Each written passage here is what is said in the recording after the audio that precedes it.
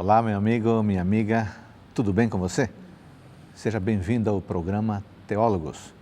Aqui nós estudamos a Palavra de Deus com calma, com profundidade e com espírito de reflexão. O nosso objetivo é compreender o que está escrito na Revelação, mas não apenas compreender. Nós queremos que você tenha orientação suficiente para poder viver a experiência, na sua experiência, a vontade do nosso Pai Celestial. Você pode conhecer um pouco mais sobre os nossos convidados, algumas curiosidades e os temas no endereço que aparece aí na sua tela. Em Mateus capítulo 28, versículos 16 a 20, basicamente 18 a 20, nós temos a orientação de Jesus Cristo para os seus discípulos. A partir desses textos nós podemos falar da missão da igreja. Mas a pergunta é, qual é a missão da igreja? Está começando o programa Teólogos.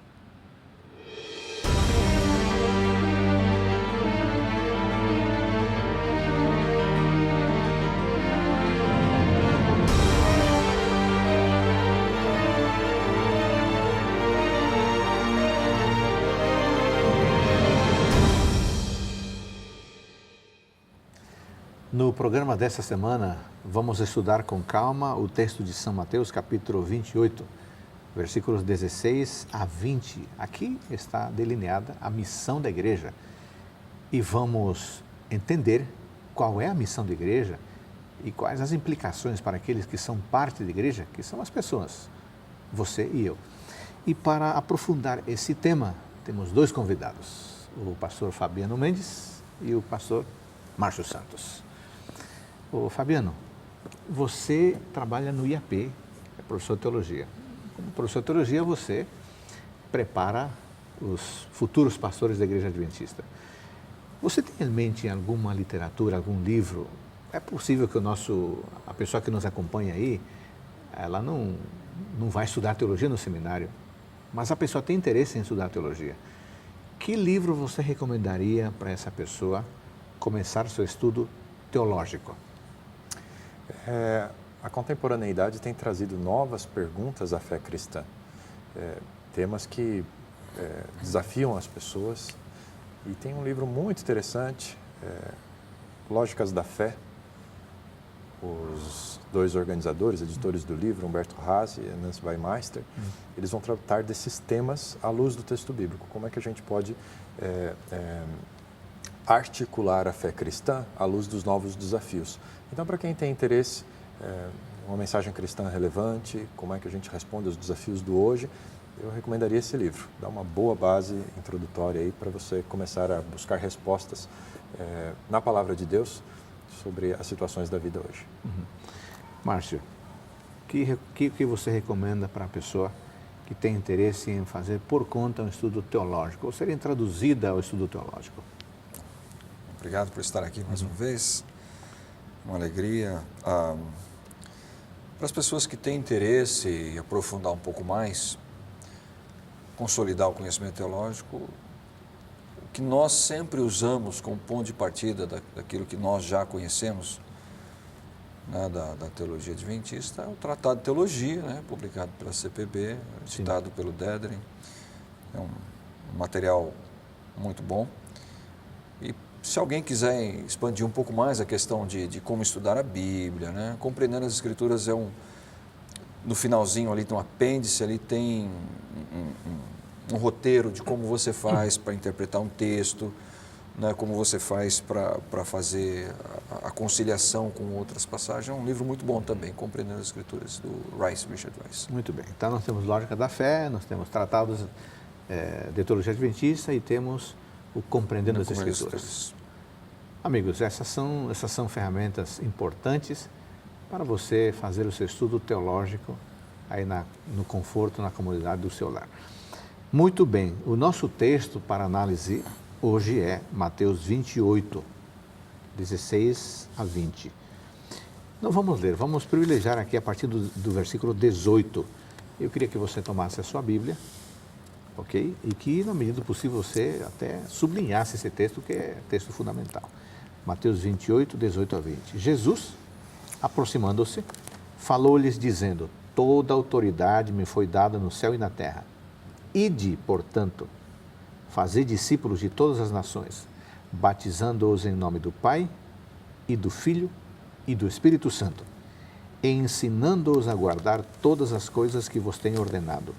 E eis que estou convosco todos os dias até a consumação do século. Fabiano, eu aprendi logo na minha primeira aula de teologia, com meu querido professor Antônio Alberto Nepomuceno, que um texto fora do contexto é um pretexto. Fabiano, qual é o contexto imediato para compreendermos esse texto bíblico? É o contexto pós-ressurreição de Jesus.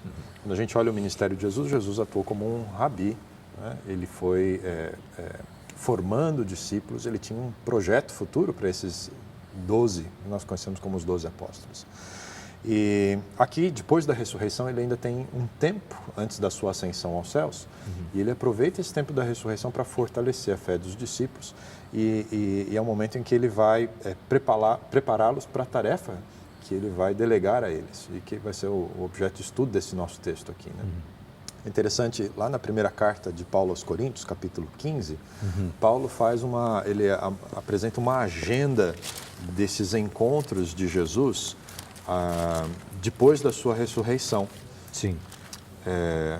Capítulo 15 de 1 Coríntios, o verso 5, ele vai dizer que ele foi visto por Cefas, Pedro, e depois pelos 12, então são 2 encontros de Jesus. Isso aqui ainda, quando a gente volta lá nos evangelhos sinóticos, são encontros no dia da ressurreição, né? Sim. Com as mulheres no sepulcro, e depois ele passa a alguns encontros com os discípulos. O verso 6, depois foi visto uma vez por mais de 500 irmãos, dos quais a maior parte ainda vive, embora alguns já tenham dormido. Talvez esse aqui tenha sido aquele encontro que nós estamos vendo ali de Mateus, né? Já não acontece em Jerusalém, mas acontece na Galileia, uma outra região de Israel. E aí as últimas aparições de Jesus, verso 7, foi visto por Tiago, e depois por todos os apóstolos, e finalmente a aparição de Jesus a Paulo, aí já após a ascensão, né? Tem uma agenda, tem um cronograma. Jesus está, vez após vez, fortalecendo a fé dos discípulos naquilo que ele havia ensinado por todo o seu ministério, e que não deveria ter fim agora com a sua morte, mas por causa da sua ressurreição, os discípulos deveriam levar avante. Então, esse é o contexto imediato desse texto, né? Márcio, você é um especialista na história da igreja. Ao longo da história da igreja, esse texto tem sido valorizado como deveria? Ou seja, tem sido usado para fundamentar a missão da igreja conforme Cristo ensinou? A igreja passou por muitas fases, né? Nós entendemos ali que o livro de Apocalipse, ali no capítulo 3, fala muito bem das fases das igrejas, nós entendemos isso.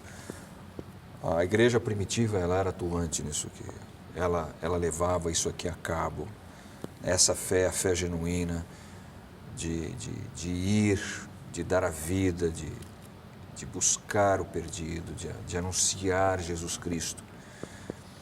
E a expectativa de todos eles que foram chamados e que receberam essa comissão, essa ordem de Jesus Cristo, isso era tão vibrante no coração deles, que eles, em vida, trabalhavam como se fosse receber a Jesus de volta em seus dias. Eles se empenharam no máximo em cumprir realmente o que estava escrito aqui. Isso tornou-se o centro da vida deles. Tanto que, quando nós acompanhamos o desenrolar da história e da vida dos apóstolos, nós vamos ver que todos eles pregaram até o ponto de morrerem em situações, digamos assim, trágicas. Exceto João, que nós temos um relato que viveu na ilha de Patmos, no exílio, mas os demais, eles assimilaram isso aqui de tal maneira... Morrem cumprindo esta missão, né? Tornam-se mártires. Né? Tornaram-se mártires justamente levando a cabo, ao pé da letra, o que foi solicitado de cada um deles. Fabiano, você nos disse do contexto imediato, essa sequência de encontros com Jesus, até que vem esse momento em que ele abre estas palavras impressionantes. Agora, há um contexto mais amplo, né? Na literatura veterotestamentária. Qual é esse contexto? O Antigo Testamento ele está sempre antecipando o Novo Testamento, né? O Novo Testamento é a concretização de todas as promessas do Antigo Testamento. E há um outro elemento que nós chamamos de teologia de tipos, né? Bíblicos. Por exemplo, nós temos a história de Abraão e Isaac, e o pedido para que Deus faz para que Abraão sacrificasse Isaac, né? E aí as palavras de Abraão, quando questionado pelo filho, né? Cadê o cordeiro que eu não vejo, né? E aí ele responde, Deus proverá para si o cordeiro. Então, ali são indicações do Messias, são tipos bíblicos. E há um tipo muito interessante também no Antigo Testamento em relação a Jesus, que é Moisés. Moisés foi o grande líder de Israel, levantado por Deus para conduzi-los pelo êxodo, a libertação de Deus para o seu povo que era escravo lá no Egito. E em diversas fases, a gente não vai ter como fazer agora um estudo sobre Moisés, mas é impressionante como ele vai representando ações do Messias ao longo da sua liderança, né?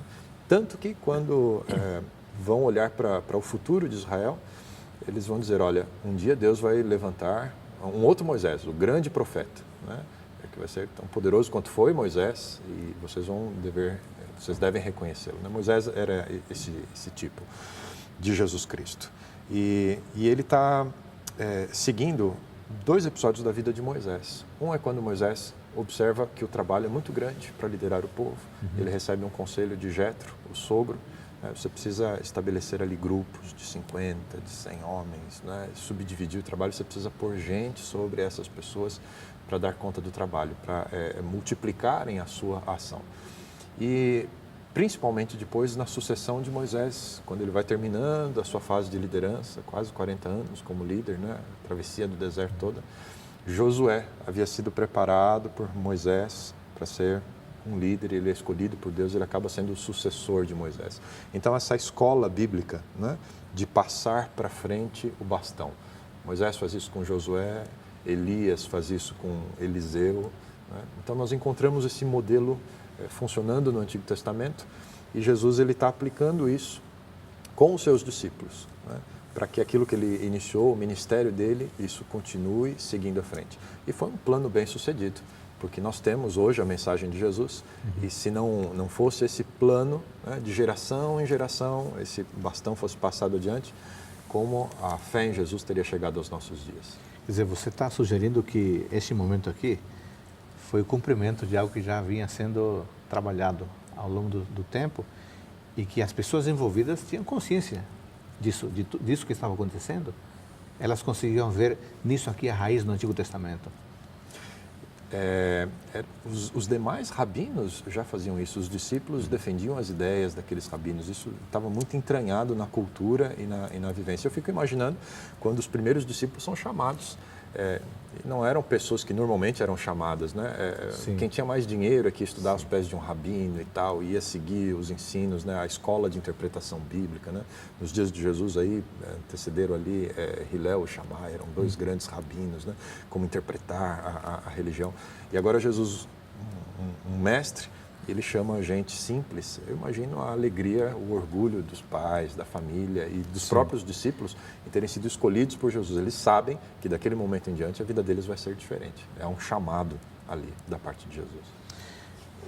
Márcio, a partir desse texto que nós lemos, e já de modo assim um pouco ainda introdutório, qual é a missão da igreja? Que aspectos essenciais são apontados nesse texto que podemos considerá-los como a essência da missão da igreja?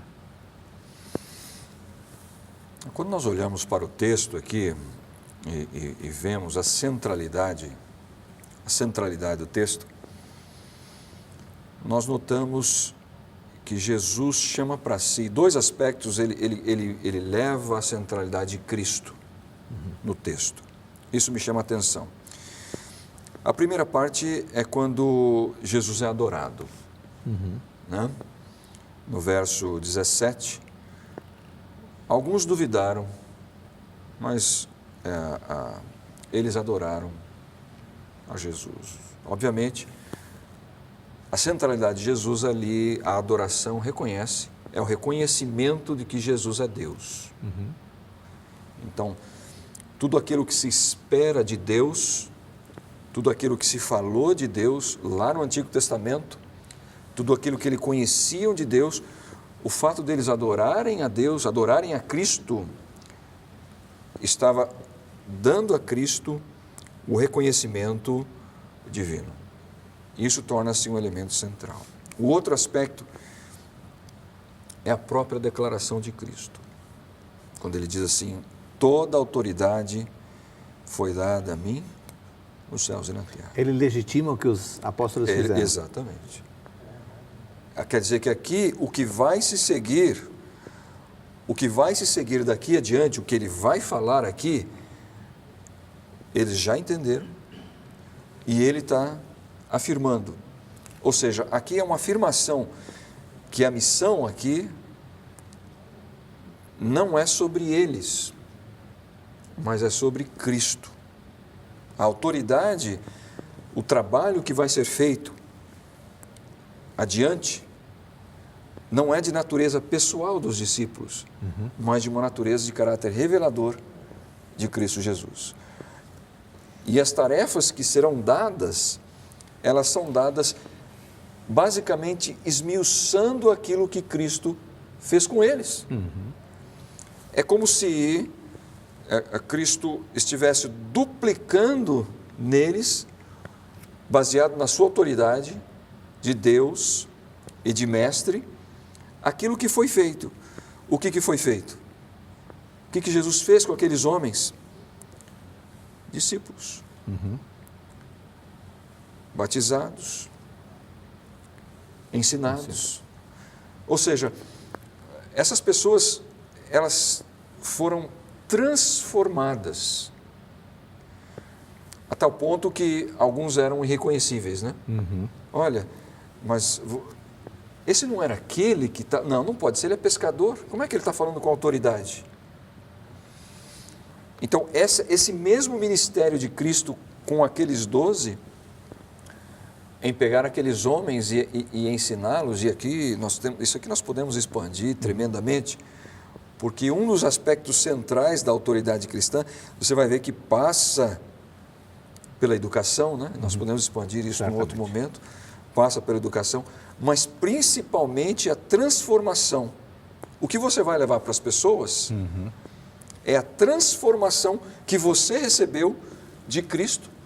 Pela autoridade de Cristo, você vai levar a outra pessoa para que outra pessoa possa passar pelo mesmo processo. Nós vamos avançar nesse raciocínio no próximo bloco. Jesus usou a sua autoridade para ensinar os discípulos. Portanto, o que aqui está não é um mero conselho, uma sugestão, mas sim uma grande comissão. Vamos tratar disso no próximo bloco do programa Teólogos.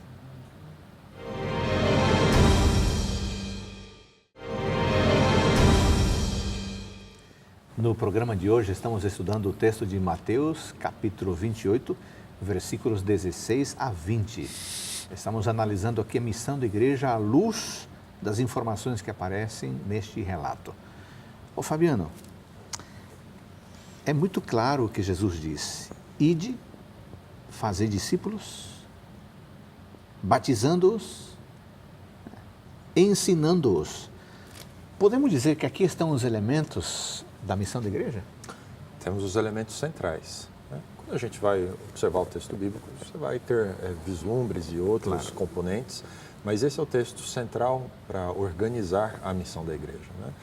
Estávamos no bloco anterior pontuando isso, o Márcio colocou bem, os discípulos passaram por um processo.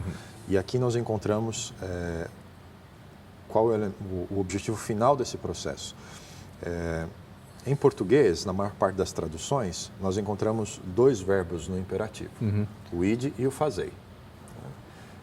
E isso pode gerar uma certa confusão na mente de alguns, né? Não, eu estou indo e eu evangelizo, né? Então, se as pessoas vão aceitar ou não vão aceitar, isso é com elas, eu vou só ser o canal, né? Não é disso que Jesus está falando.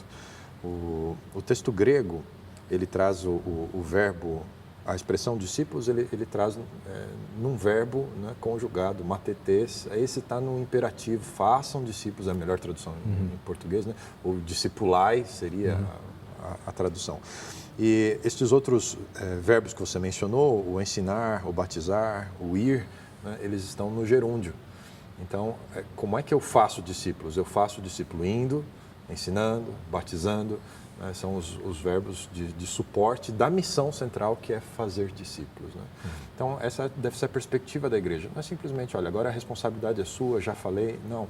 Da mesma forma como Jesus acompanhou, tutoreou o processo de transformação dos discípulos. Né? É responsabilidade da igreja estar junto por todo o processo também. Né? A partir do momento em que eu ensinei, acabou a minha responsabilidade no processo de fazer discípulos? Não, ainda não. Né? Tem o batismo, o ir, né? é estar juntos. Essa é uma coisa também diferente. Né? A gente pensa no modelo de ensino-aprendizagem ocidental aqui. Né? Você tem um professor que centraliza o conhecimento, ele comunica para os alunos, né? Eles são só o objeto e está ali. Na cultura hebraica e oriental não era assim. Né? O ensino era por vida, né? Havia uma pessoal, associação, né? Os discípulos seguiam o mestre. Então, você tem esse aspecto da convivência e a igreja é chamada a isso, né? A conviver com as pessoas. Então, você oferece um exemplo e você guia no processo para o aprendizado. Um aprendizado prático, um aprendizado de vida, né? Você ensina com a vida. E essa é a centralidade do texto que a gente... ele ficou conhecido em teologia, né, como a grande comissão. Né? Jesus comissiona ou ele compartilha a sua missão, a missão é dele, falamos no bloco anterior, mas ele compartilha essa missão com os discípulos, geração após geração, como nós havíamos falado. Márcio, o verso 19 começa dizendo ide. Isso sugere que a igreja é um grupo, um exército em movimento. Ao longo da história, no seu estudo histórico, você tem percebido se a igreja tem estado em movimento ou ela tem sofrido altos e baixos, tem horas que não sai, fica parada, mas aqui diz ide. Ou seja, a igreja não é um teatro onde as pessoas param para aplaudir, a igreja é um exército que está em marcha. A igreja tem cumprido o ide? É claro que, mais uma vez, quando nós falamos de igreja ao longo da história, nós temos que acompanhar os momentos que a igreja vive, porque nós temos uma dinâmica, né? Assim como nós temos, por um lado, né, a mulher, né, trabalhando, a igreja fazendo a sua missão, ao mesmo tempo nós temos os empecilhos que são colocados pelo inimigo. Né? E isso era não somente hoje, como também na época de Jesus, na época logo após o primeiro século, né, você tem Paulo, né, já alertando contra os falsos mestres. Mas a igreja, os discípulos que surgem, os apóstolos, eles vão.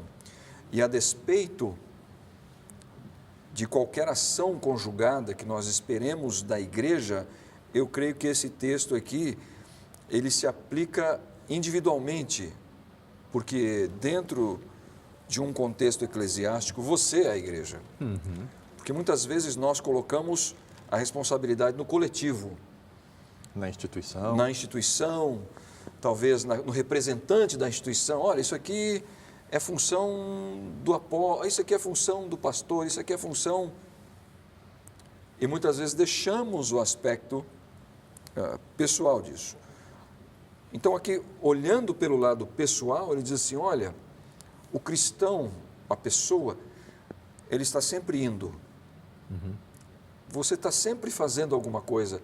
Ou você vai no mercado, ou você vai passear com a sua família, ou você vai no hospital. Você está sempre indo em algum lugar. Não importa onde você vá. Quando você for, ou enquanto você vai, você faz discípulos. O ponto principal aqui, é claro, como igreja, e aqui eu chego na sua pergunta, é que existe um elemento alavancador disso aqui. Isso aqui não é dado, o Cristo dá e deixa lá e a coisa fica... Agora a responsabilidade de vocês. Não. O texto ele não para aqui, né? O texto ele continua ele continua no finalzinho, na metade do verso 20, e ele fala assim, e eu estarei com vocês todos os dias, até a consumação do século. até a consumação dos séculos. Então você entende que, tudo bem, eu estou passando o bastão para você, como o Fabiano mencionou. Mas a missão não é nossa, né? Mas eu estou com você. Fica tranquilo que eu estou com você. Então, essa ação de ir à igreja tem ido, tem. E muito mais quando nós vamos lá para Atos, né, 1, verso 8, né, você vê ali eles esperando, orando, né, e quando eles recebem o poder do Espírito Santo, né, o que acontece?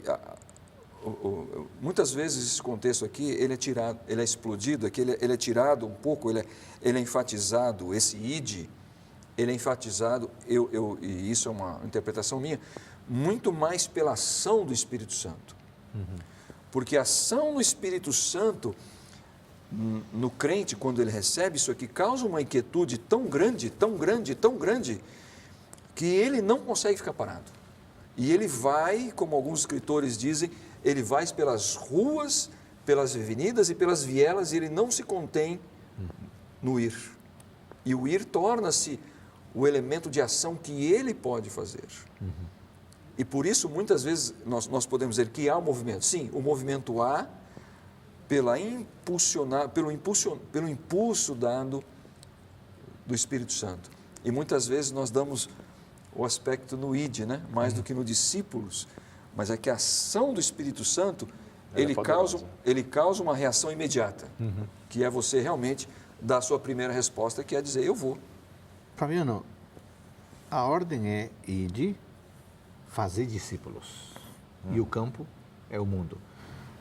O que quer dizer fazer discípulos? Quem que é um discípulo? Um discípulo é alguém que segue outra pessoa. Esse era o modelo bíblico, como a gente já viu, os discípulos seguiram Jesus e agora há esse papel, né? E é uma mão dupla.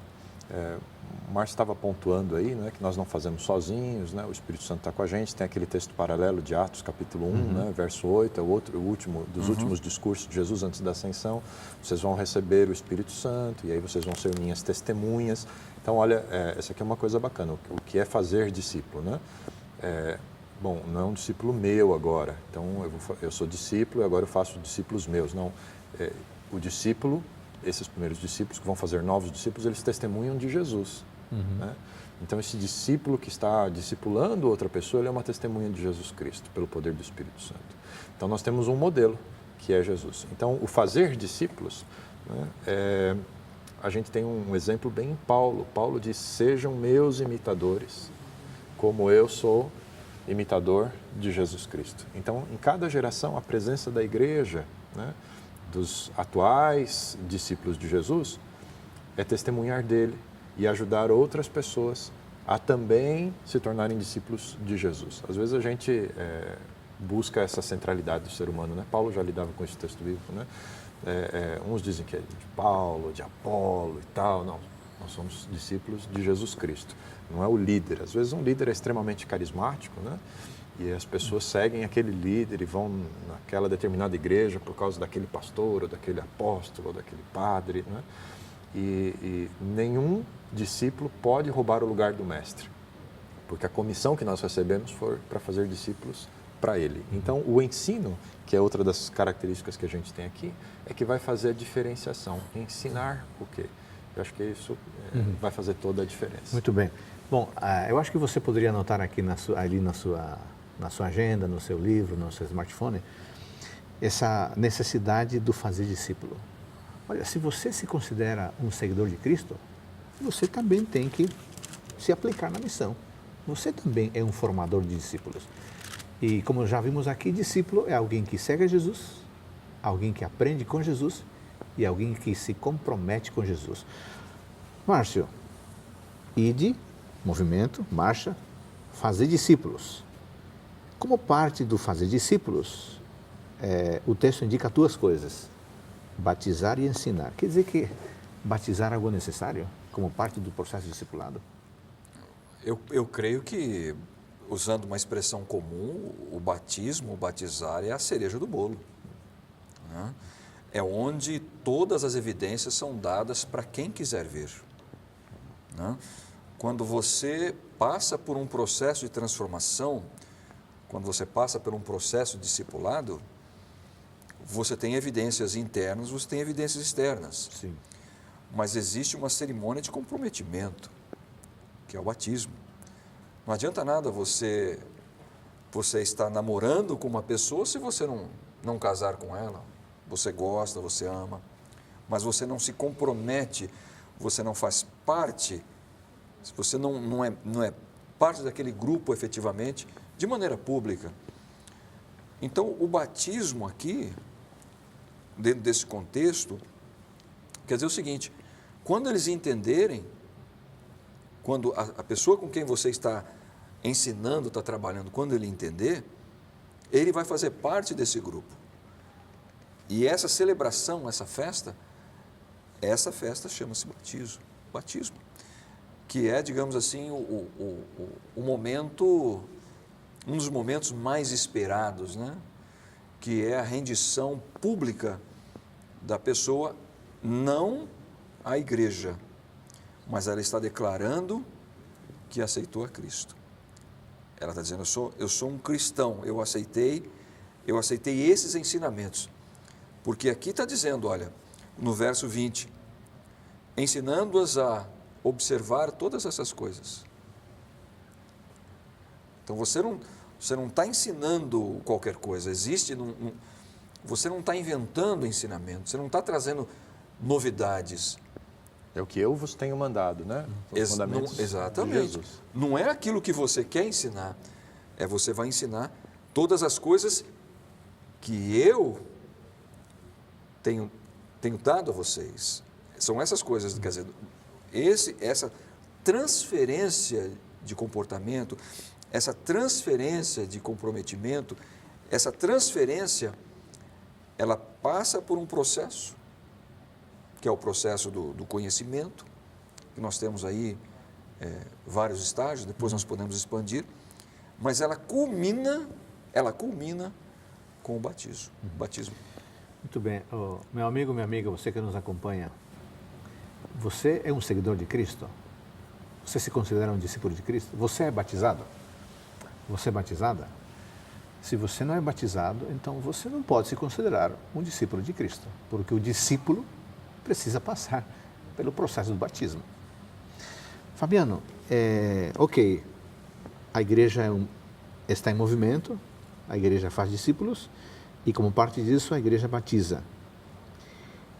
A igreja também ensina, mas eu estou percebendo que aqui não é um ensino teórico, né? É ensinando a guardar. Quer dizer que um aspecto essencial da missão da igreja é o processo de ensino?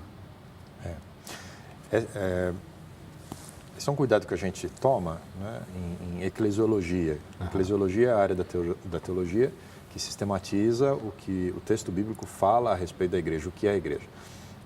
A igreja é o corpo de Cristo, são as pessoas, né, não necessariamente só o prédio, a construção. Sim. E o que nós encontramos aqui nesse texto são funções da igreja, que são distintas das características da igreja. Sim. Mas, como funções, a igreja tem responsabilidade de fazer isso, espera-se que a igreja faça isso. E aqui no ensino, há uma diferença entre o ensino no contexto bíblico e no mundo ocidental. O mundo ocidental valoriza as ideias, então o ensino está mais ligado à abstração, a pensar em conceitos, definições, né? Mas na cultura bíblica o ensino ele é concreto, né? Parte da realidade da vida, né? Então você ensina com a sua vida, você ensina com as suas ações. E esse é um grande desafio à igreja cristã quando ela alcança todos os lugares, né? Ela parte daquela realidade oriental, mas ela alcança o mundo inteiro. Nós aqui no Ocidente somos cristãos e às vezes a gente distorce o papel da igreja, a função da igreja, e a gente não cumpre bem a missão deixada por Cristo, né? Como? Nós caímos às vezes na hipocrisia. Nós falamos e indicamos uma série de requisitos, né? E muitos deles nós nem mesmo vivemos.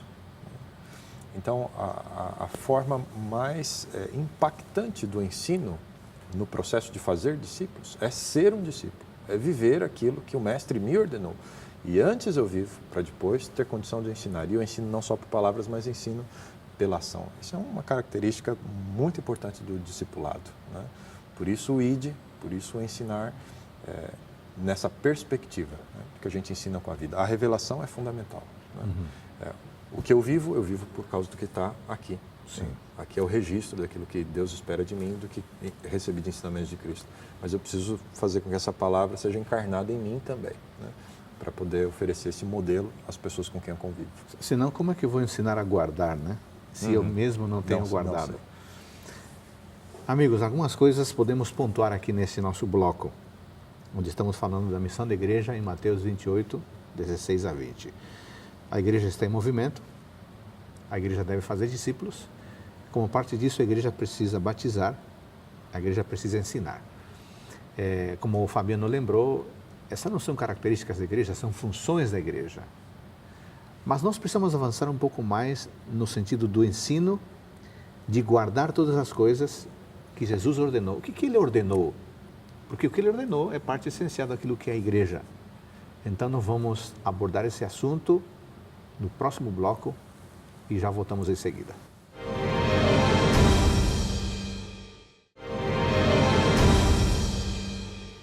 Estamos analisando o texto de Mateus, capítulo 28, versículos 18 a 20, onde Jesus Cristo apresenta a missão da igreja. A igreja está em movimento, por isso ele diz, ide. A igreja precisa discipular, batizar e ensinar. Márcio, como é que cada um de nós, como membro da igreja, pode cumprir com esta missão de ensino? Eu não preciso esperar que a igreja, a instituição faça, né? Mas eu preciso cumprir meu papel. É possível fazer isso? E como é que eu consigo fazer isso? É possível fazer isso como membro. Obviamente a igreja também tem seus programas e isso é muito importante, mas como membro nós podemos ter um grande exemplo. A própria Bíblia nos dá o exemplo quando nós olhamos ali o livro de Atos dos Apóstolos. O livro de Atos dos Apóstolos, ele é como se fosse o desenrolar dessa grande comissão. O que Jesus disse para eles fazerem. Quando nós vamos em Atos, ali estão eles praticando tudo isso que foi dito, que Jesus disse para eles fazerem. Dá um exemplo prático, por exemplo. Os ensinamentos de Jesus, eles quebram alguns paradigmas sociais. E nós precisamos, ao nos aproximar dessas pessoas, mostrar esses paradigmas. Olha, esse paradigma ou essa... No paradigma que eu digo, uma verdade comum de uma pessoa, onde você apresenta uma nova perspectiva da mesma verdade. Então, você cresce num ambiente onde as pessoas dizem para você, olha, você tem que pagar na mesma moeda.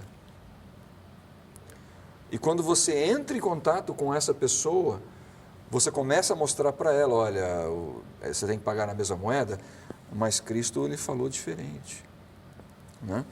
Quando você vai, por exemplo, em Lucas 6,32, né? Ele já muda esse paradigma. Ou seja, quando nós entramos em contato com as pessoas, nós trazemos uma vivência, um paradigma diferente daquele que aquela pessoa conhece. E ela tem condições de refletir se aquilo que ela está fazendo ou não é o que vai gerar frutos. Quais são os melhores frutos? Né? Quando Jesus disse, por exemplo, vamos ler Lucas 6,32. Lucas 6,32. Mateus, Marcos, Lucas.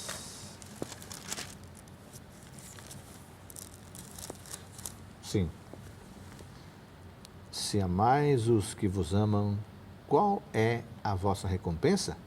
Porque até os pecadores amam aos que os amam. Os ensinamentos de Jesus, eles vão girar em torno de um eixo, né? Que é o amor, o relacionamento. E ele vai dar algumas características para você, né? principalmente o amor. E Jesus está falando assim, olha, o paradigma muda, quando você entende, algumas coisas mudam. O elemento principal, quando nós entendemos, nos aproximamos da pessoa, nós procuramos ensiná-las que o centro agora não é ela.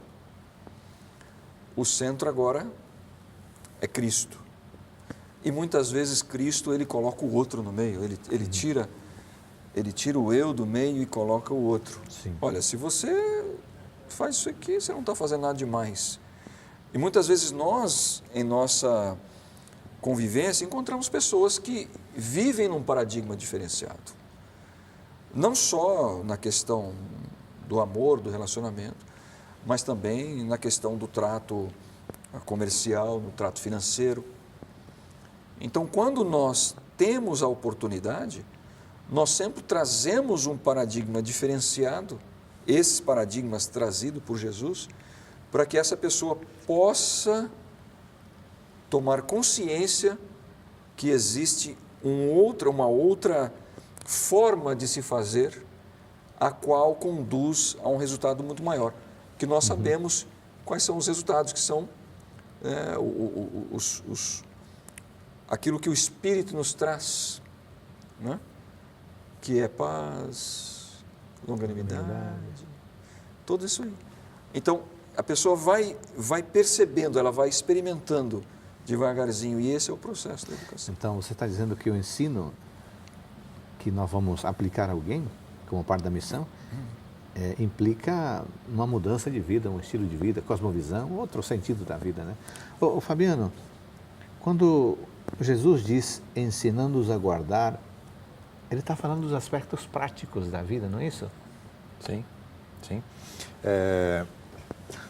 Há uma grande confusão, né? Quando a gente quer equivaler dois termos, missão e evangelização.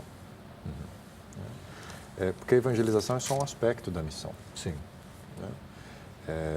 É o querigma, né? Quando eu proclamo, quando eu anuncio. Sim. Mas eu não estou ensinando a guardar todas as coisas só quando eu proclamo. Não. Né? Quando eu tenho a diaconia, né? O serviço, né? Eu estou ensinando, porque Jesus fazia isso. Né? Sim.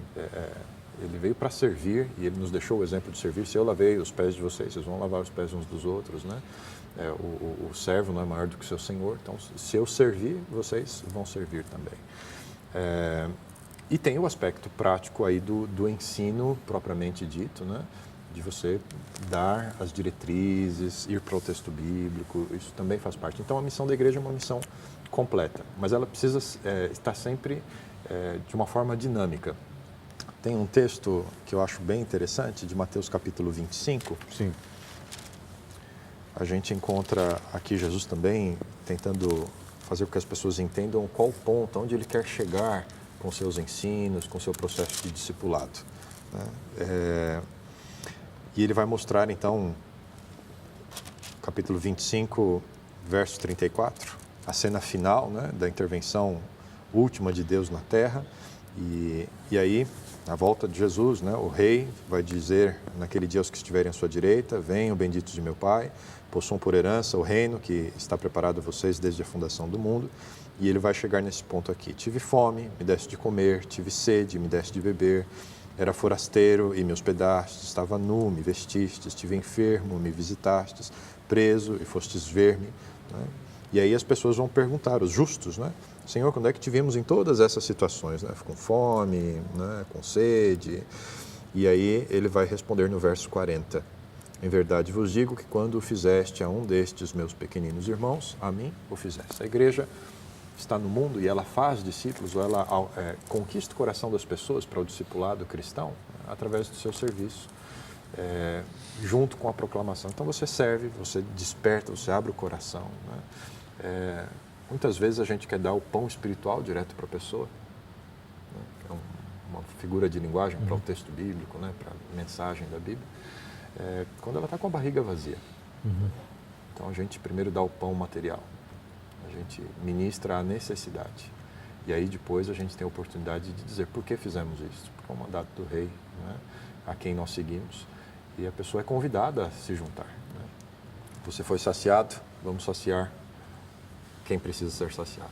Essa dinâmica da igreja precisa acontecer e o ensino se dá nessas perspectivas. Não apenas na proclamação, ela é fundamental. Se eu tiro a proclamação, eu tirei o exemplo de Jesus, ele é integral, né? Mas precisamos também do serviço nessa dinâmica do ensino.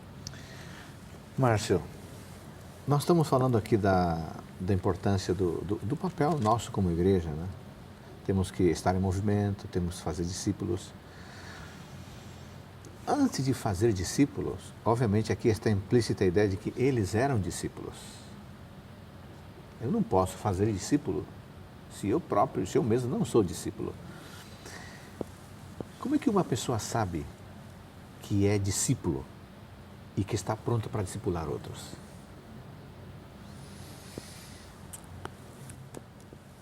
Alguns elementos espirituais, eles são mais difíceis de você ter a percepção do que outros, porque geralmente eles são internos. É difícil você medir. Quando uma pessoa está convertida, como é que você vai dizer isso? Na verdade, você fala, olha, é uma nova criatura, quer dizer, a pessoa... Alguns elementos espirituais são difíceis de medir. Todavia, existem indicadores. Pelos frutos os conhecereis. O próprio Jesus disse, né?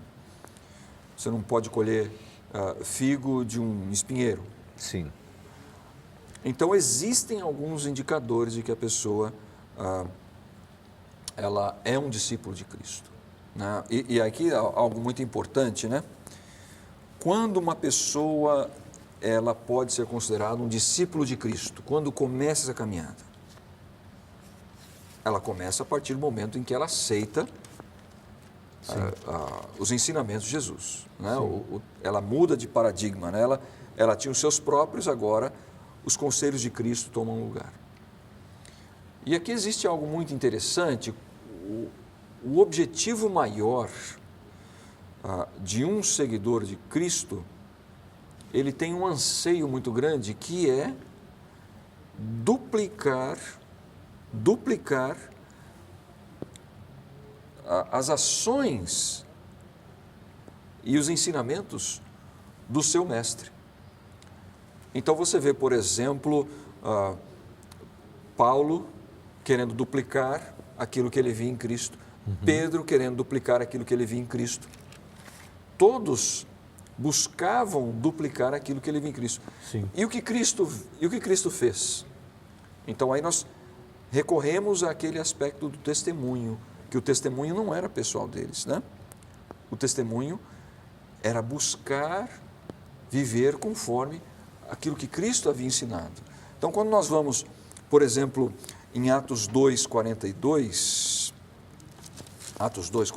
que eu gosto muito do livro de Atos, porque ele mostra a igreja em movimento, ele mostra os discípulos, os apóstolos em movimento, e aqui mostra os anseios que ele tinha. E perseverava na doutrina dos apóstolos e na comunhão, no partir do pão e nas orações. Este é um verdadeiro discípulo. Ele persevera nisso, é isso que ele quer, a vida dele é essa, é fazer, é estar junto, é trabalhar, é buscar, é orar, é praticar aquilo que ele abraçou. Na verdade, o que ele está querendo fazer, ele quer chegar a ser tão desprendido de si,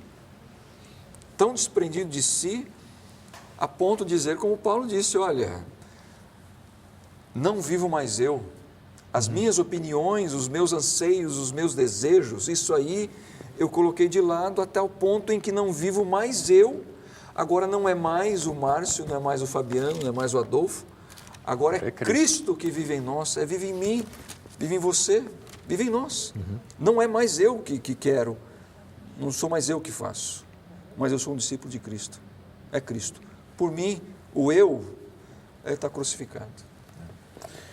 Fabiano, imagine que a pessoa que nos está acompanhando agora está iniciando a sua caminhada cristã. E ela entendeu agora a nossa explicação aqui, que ela precisa participar da comissão. Mas ela ainda está se fortalecendo como um discípulo de Cristo.